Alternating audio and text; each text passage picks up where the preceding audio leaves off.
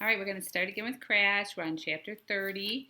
The last time we read was when they were playing, it was Thanksgiving, and the family had a football game after dinner, and Crash tackled his grandfather, just he's so competitive.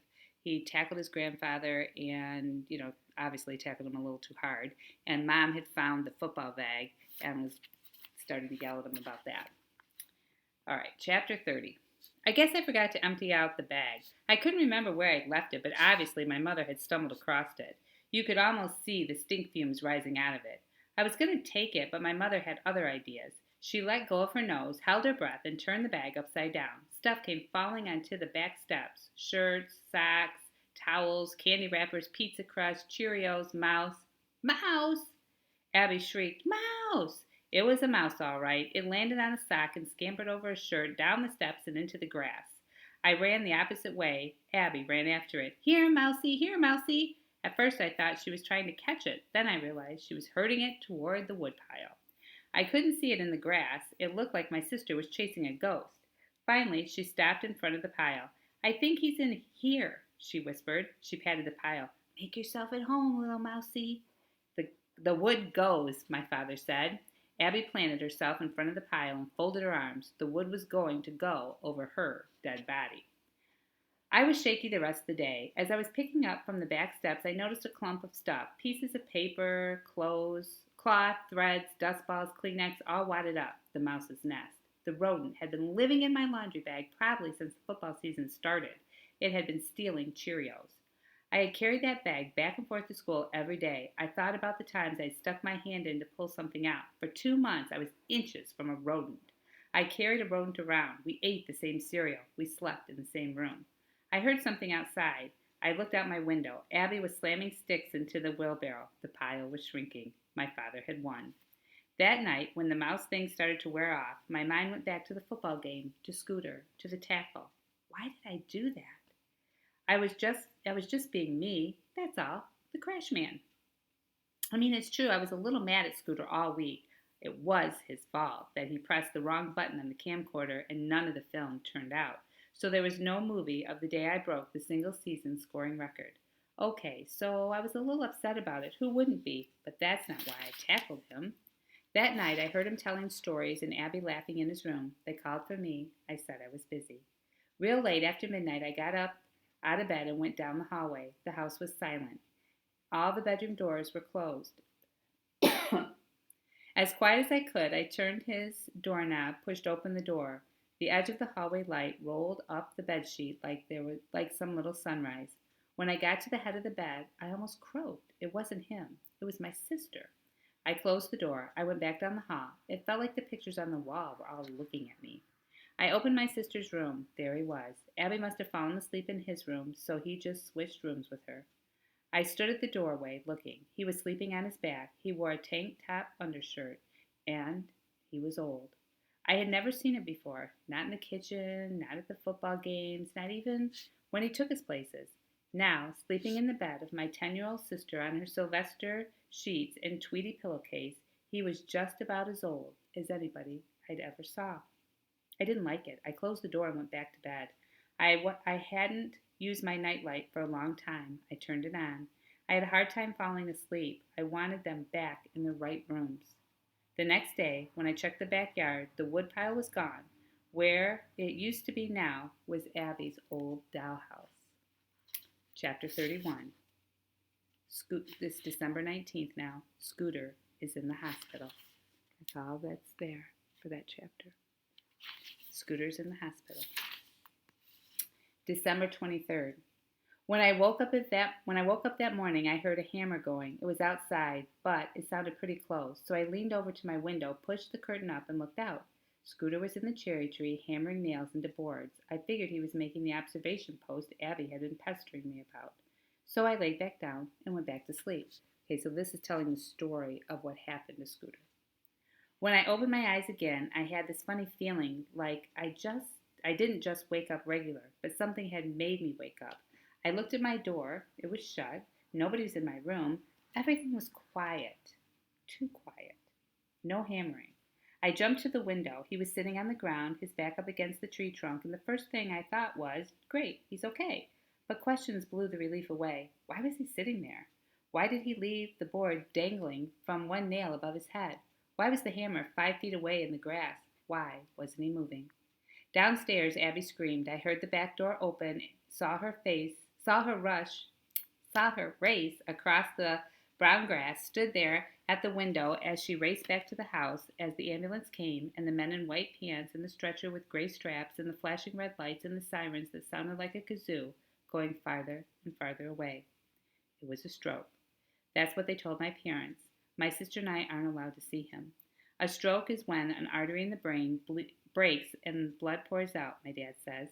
They don't know how long he's going to be in the hospital. They don't know how messed up he'll be. They don't even know if he's going to live. They don't know anything. Like every year, the Christmas tree stands in the corner of the living room. Like every year, all it has on it is white lights and teddy bears. You believe it? When you have your own home, you can decorate your tree the way you want, my mother says every year. I got news for her. I'm going to be out of here quicker than she thinks. 1 minute after I graduate from high school, I'll be in my own apartment, me and Mike, and all the lights on our tree will be different colors. And there'll be all kinds of tinsel and Christmas bulbs. You'll think the tree was silver.